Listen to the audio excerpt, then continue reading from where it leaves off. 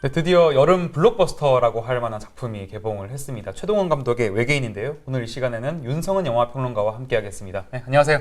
안녕하십니까. 네, 반갑습니다. 반갑습니다. 네, 가장 영화를 많이 보실 거 아니에요? 또 일반 관객들보다 그렇죠. 찾아보실 텐데 가장 최근에 어떤 영화들 좀 보셨어요? 일단 그 한국 영화 이제 사파전이라고 할 수 있는 네. 작품들 하나씩 지금 이제 언론 배급 시사회를 통해서 공개가 되고 있어서요. 예. 그런 작품들을 이제 보고 있었습니다. 그간 많은 영화들이 있었는데 어떻게 보면 관객들의 기대 수치로만 놓고 봤을 때 한국 영화 중에서 이 영화를 가장 기다렸지 않았을까라는 생각이 들던데 처음 이 영화 예고편 공개됐을 때가 생각이 나는데 도대체 이게 무슨 영화인가 도대체 무슨 내용인가 이런 평이 많았더라고요. 지금은 이제 개봉을 했기 때문에 네. 보신 분들도 있고 또 아직 보지 못한 분들도 계실 텐데 평론가님께서 이 영화 처음 보셨을 때 느낌, 네. 소감 어떠셨어요? 뭐 기술력이 많많이 높아졌다라는 건 알고 있었지만 네. 지금 뭐 할리우드와 비교해도 거의 뒤떨어지지 않는 화려하다 못해 예. 현란한 기술력을 보여준 그런 작품으로 판단이 됐고요. 네. 이제 프로덕션이 너무나 이제 훌륭하다 그런 생각을 했었습니다. 모가디슈라는 작품 그 영화도 보면 프로덕션이 어마어마하잖아요. 네. 신과 함께 같은 경우에는 그 덱스터 스튜디오인가요? 네. 거기서 이제 CG를 담당하는데 덱스터 주식을 엄청 샀는데 다 떨어져가지고 지금 무형무사야 돼요. 무형.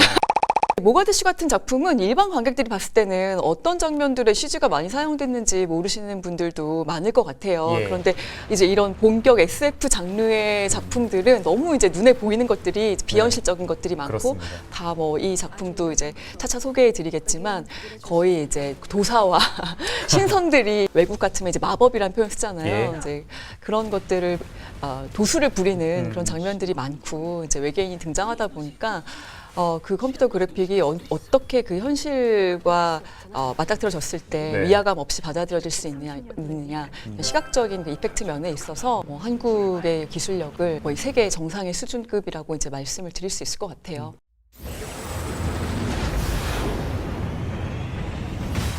외계인들은 아주 오랜 세월 동안 죄수들을 여러 시간대에 가둬놓았다. 작고 안전한 곳. 인간의 저게 뭐야? 저 에너지 칼로 죄수를 깨울 수도 있고 시간을 이동시킬 수도 있어. 다른 시간대로 간다. 신인간 이게 도대체 뭐길래? 근데 그 청동성을 찾아가 이걸 왜 찾을까요? 심상치가 않네요. 그게 어디 있는지 아십니까? 저놈들은 내가 처리해. 내 걸 뺏길 순 없잖아.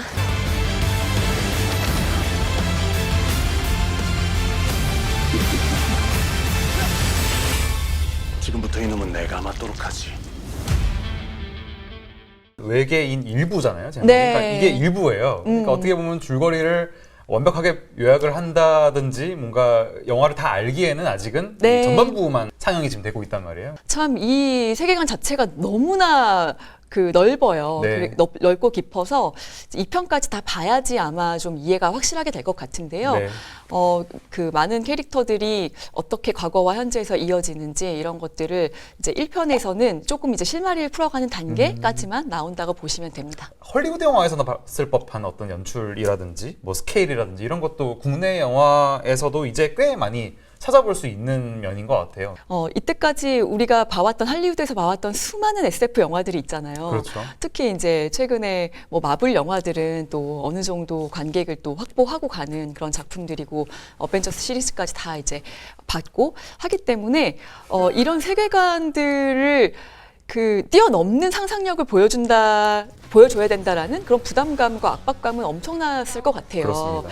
네, 그러다 보니까 지금 뭐 외계인이 등장하고 또 지구에서 또 외계인들끼리 싸우고 거기에 네. 이제 지구인들의 몸을 이용하고 뭐 이런 모든 여러 가지 설정이라든가 이런 것들이 사실은 조금씩은 다른 영화들에서 좀 봤던 거 아닌가? 낯설지가 않아. 네, 차용된 것이 아닌가? 네. 이제 이런 것들이 드는 거죠. 그러니까 뭐 베꼈다 표절이다 이런 게 아니라 네. 이런 차원이 아니라 영향을 많이 받았을 것이다.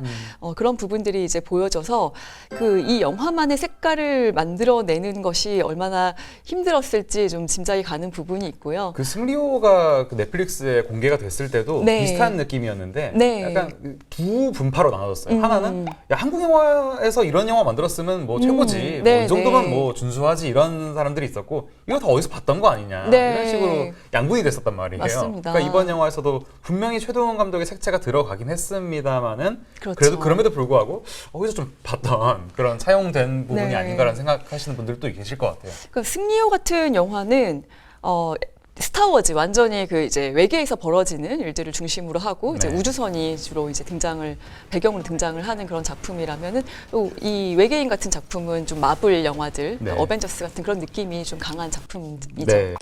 한국 영화도 프랜차이즈 영화라 해야 될까요? 네. 좀 마블 같은 그런 영화가 나올 수 있구나라는 생각이 요새 들어요. 그렇죠? 네. 그러니까 최근에 개봉했던 네. 범죄도시2 같은 네. 경우에도 마석도 형사가 이제 주먹을 잘 쓰는 형사로 나오는데 펀치 간단한 장면이잖아요. 펀치 네. 한 번을 하는데 그 펀치 소리에서 무슨 토르 망치 소리 나잖아요.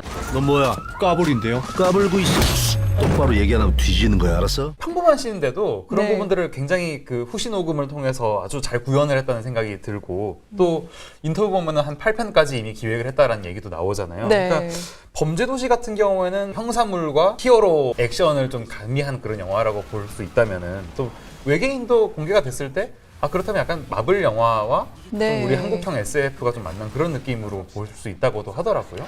사실 이런 블록버스터를 만들 때 그 3편, 4편 막 계속 시리즈로 만들어 가겠다라는 그런 의지가 없는 회사는 아마 없을 거예요. 예. 왜냐하면 이런 어느 정도의 캐릭터나 세계관을 구축하는 것 자체가 기획이 굉장히 시간이 많이 들고 그리고 일단은 1, 2편, 뭐 1편을 찍으면서 그 노하우가 쌓이는 것이기 때문에 다음번엔 좀 제작비를 줄인다던가 하는 그런 부분도 있을 수 있어서 그리고 이제 가장 중요한 건 어쨌든 그 관객들이 시리즈물로 인식하는 순간 네. 그럼 범죄도시 1 재밌었으니까 2 보러 가야지라고 하는 것처럼 뭐 홍보에서도 너무나 큰 기대 효과가 있고 또 그 일정 정도의 관객을 일단 담보하고 간다라는 산업적인 어떤 계산이 딱 서기 때문에 그 계산이라는 건 관객들이 생각하는 것보다 훨씬 중요하거든요. 그렇습니다. 숫자적으로 예. 얼마를 투자할 것인가가 거기에 달려 있기 때문에 그런 부분들에 있어서 뭐 한국에서 상업 영화 하시는 분들이 이때까지 뭐 시리즈물을 우리는 필요 없어라고 해서 안 만든 게 아니고 엄두를 못 냈던 거죠. 어떻게 네, 보면은. 맞습니다. 예. 이제 그랬는데 이제 이런 외계인 같은 작품은 아마 그런 것들을 좀 염두에 두지 않았을까 싶고요.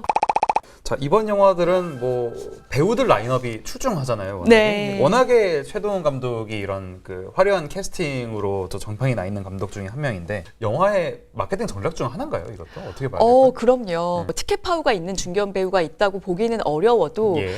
일단은 이제 젊은 배우들 가장 이제 그 핫한 네. 소위 핫한 그런 배우 3명이 일단 중심을 잡고 있기 때문에 일단 그 좀 연령층이 어린 그런 관객층에서 더 많이 처음에 관심을 갖고 좋아할 것으로 예상이 되고요. SF 장르 자체가 워낙에 또 젊은 층들에게 소구되는 또 맞습니다. 작품들이라 그런 네, 부분하고 네. 또 맞아 있는 부분도 있겠네요. 많은 분들이 궁금해하시는 게 바로 이거예요. 다른 감독이 아니라 최동원 감독이잖아요. 네. 타짜라든지 뭐 전우치라든지 범죄의 재구성이라든지 네. 이번 영화에서 이 최동원 감독의 특기가 좀 발휘가 됐는지 안 됐는지 이거를 가장 궁금해요.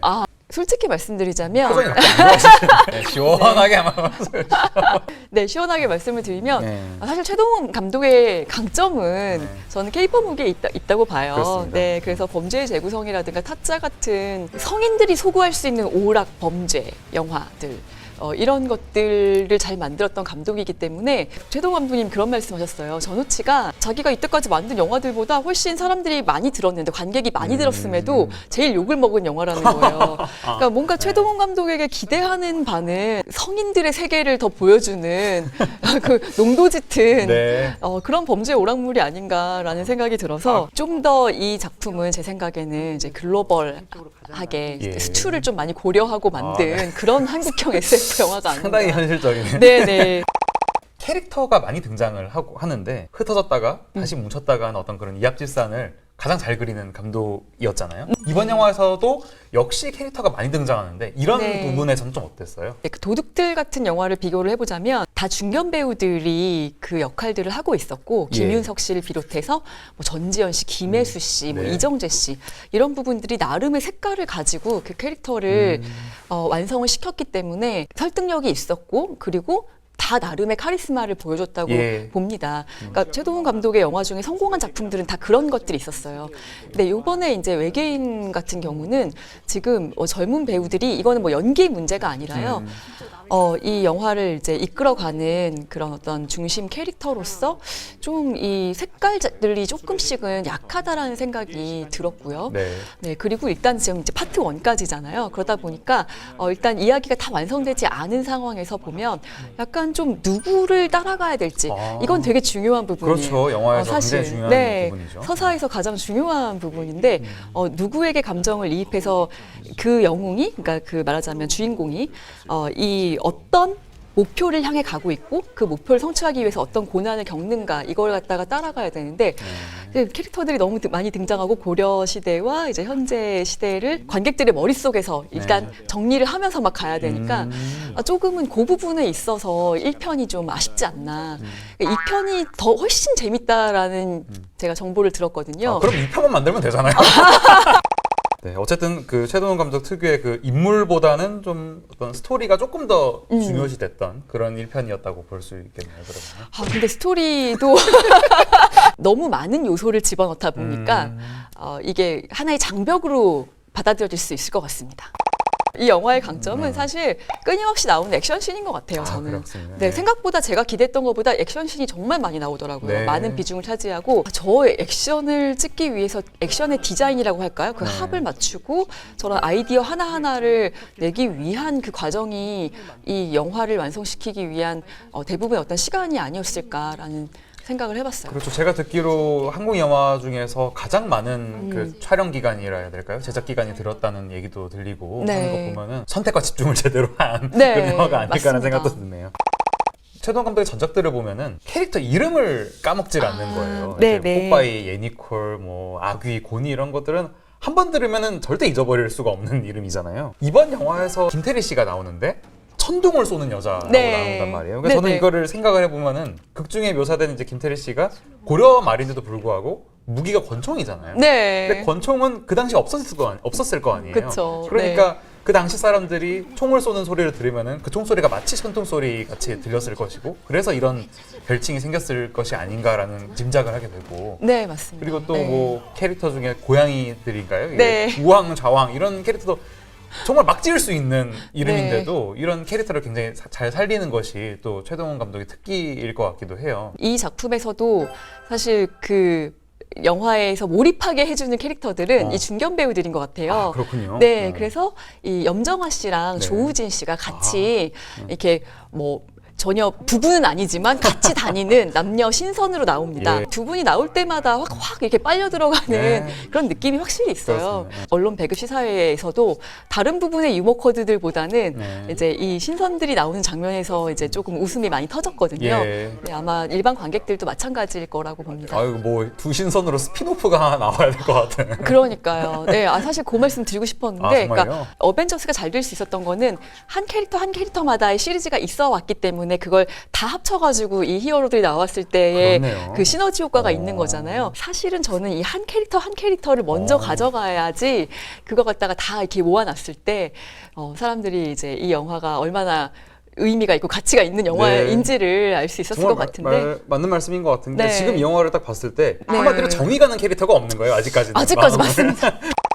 대사를 또 굉장히 잘 맛깔나게 쓰는 감독이에요. 다들 아시는 마포대교는 무너졌냐. 사람들이 이건 잘 모르시던데 도둑들에서 초반에 이정재 씨가 하는 말이 무슨 머리만 벗겨지면 다 전두가 아니야? 너무 재밌잖아요. 네. 이번 영화 속에서 기억나는 대사가 혹시 있으셨는지. 뭐 이제 영화가 개봉이 오늘 되니까 예. 많은 분들이 보신 다음에 또 이제 뭐 회자가 되고 뭐 네네. 이렇게 하는 그렇습니다. 대사가 또 있을 거예요. 네. 그렇지만 이제 제가 딱 봤을 때는 뭐 대단히 뭐 이 대사가 빵 터지겠지라는 네. 어떤 힘을 준 대사는 없었던 것 같은데 하나 꼽자면은 그냥 그 김태리 씨가 밥은 먹고 하자. 밥은 먹고 합시다.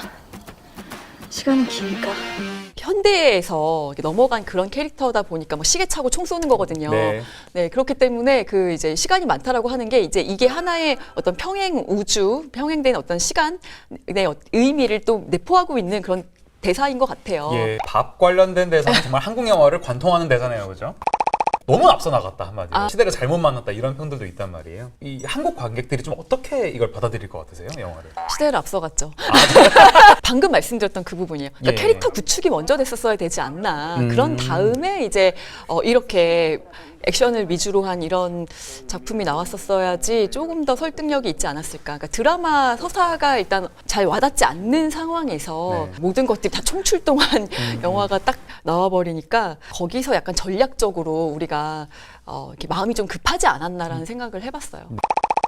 외계인이 아니라 사실 외계 플러스이란 네. 말이에요. 제목 좀 어떻게 보셨어요? 그러니까 외계하고 그러니까 사람 이걸 이렇게 합쳐놓은 것이라고 보는데, 그러니까 영화를 보시면은 이 작품이 설정 자체가 사실은 외계부터 시작하잖아요. 우리는 그렇습니다. 외계인이 아닌데 외계인들이 우리 몸에 인간의 몸에 범죄수들을 가둬놓으면서 이야기가 시작하다 보니까 어떻게 보면은 아니 왜 이러고 있지? 왜 우리가 이런 영화를 봐야 되지?라는 네. 생각도 들어요. 그러니까 저는 트랜스포머 시리즈 보면은 뭐 뒷부분에 가면은 막 영화들이 진짜 막장 같잖아요.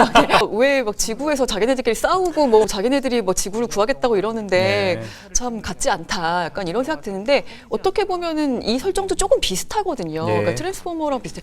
외계에서 오는 생명체들이 지구인들을 가지고 이렇게 뭔가 이제 싸움을 하고 있는 이런 형상이어가지고 저는 이제 그런 어떤 컨셉 자체에 대한 거부감을 좀 줄이기 위한 제목이 아니었나. 나름의 제작진들이 그런 게 아니고 그래도 여기에서 인간을 구한다는 것, 인간의 그런 그 죄수들을 가두는 것이 잘못된 행위라는 것을 이제 강조하기 위해서 그걸 이제 좀 대비시키면서도 플러스니까. 네. 그거 같이 이제 만들어 놓은 영화다. 외계인이라고 그냥 지었을 때는 정말 그야말로 외계인에 집중된 그쵸. 제목이잖아요. 근데 네. 이렇게 그 시각적으로 좀 구분을 해놓은 느낌도 제목에서 네. 또 보이는 것 같아요. 네. 영화를 보다 보면은 이제 다른 영화들 생각도 좀 이렇게 났을 것 같아요. 평론가님은 좀 다른 영화들 생각이 좀 나셨어요? 예전에 봤던 무협 영화들 저도 많이 생각이 났었어요. 예. 그래서 아시다시피 이제 고려 시대는 워낙 무역이 워낙 성행했고 하기 때문에 중국의 영향을 많이 받은 그런 세팅 같은 것들도 보이고 해서 우리가 예전에 많이 봤었던 그런 그 홍콩 영화들 뭐 객잔이라든가 뭐 이런 것들의 이제 분위기를 많이 느낄 수밖에 없었고요. 네. 의상이라든가 또 뭐 헤어 스타일이라든가 이런 부분들도 있었고 스토리텔링은 조금 다르지만 저는 현대에서 이제 벌어지는 서울을 배경으로 벌어지는 그 외계인들의 그 뭐 비행 접시가 날아다니고 막 이제 이런 어떤 장면들, 액션씬들 같은 경우는 스티븐 스필버그 최근의 영화들 뭐 레디 플레이어 원이라든가 뭐 이런 작품들을 보는 것처럼 우주전쟁이라는 영화도 있었네요. 그런 좀 작품들을 보는 것처럼 시각적으로는 이건 진짜 한국 영화 같지 않다. 이런 생각이 들었습니다. 기존에 좀 보기 참 힘들었던 네. 그런 액션들을 선사를 하니까 정말 시각적으로 볼거리는 정말 대단하지 않을까. 그렇습니다. 그러니까 시각적인 볼거리는 정말 기대 많이 하고 보셔도 네. 괜찮을 것 같아요. 알겠습니다. 다음 2부에서 네. 평론가님께서 기대하는 부분이 어떤 게 있을까요? 그러니까 이제 1부 마지막 부분에 가면은 이제 이게 현대와 그 고려 시대가 어떻게 이어지고 어떻게 캐릭터들이 이제 합쳐지는구나라는 것들이 조금씩 보이기 시작해요. 네. 그래서 이제 말씀드린 것처럼 2부가 훨씬 재밌을 거라는 기대감은 분명히 들거든요. 네. 근데 이제 2부를 보기 위해서 1부를 꼭 보셔야 되기 때문에 그래서 그 2부에서는 이 던져놓은 떡밥들을 어떻게 회수를 하느냐. 그것이죠. 어떻게 이제 합체를 하고 이 이야기가 그래도 황당무계한 뭐 상상력에선 비롯됐지만 그래도 이 영화 안에서의 완결성을 갖고 있느냐가 이제 2부에서 다 보여줘야 될 것 같습니다.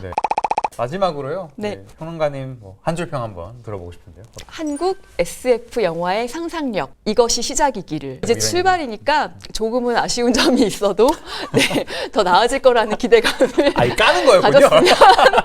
이번 영화를 통해서 정말 소위 사람들이 말하는 최동원 시네마틱 유니버스가 또 펼쳐지는 그런 계기로 이 외계인 일부가 작용을 했으면 좋겠고요. 영화를 이제 보신 분들은 조금 더 이번 영상 보셔도 풍부하게 감상할 수 있는 계기가 됐으면 좋겠습니다. 오늘 나와주신 윤성원 평론가님 대단히 감사드립니다. 감사합니다. 네.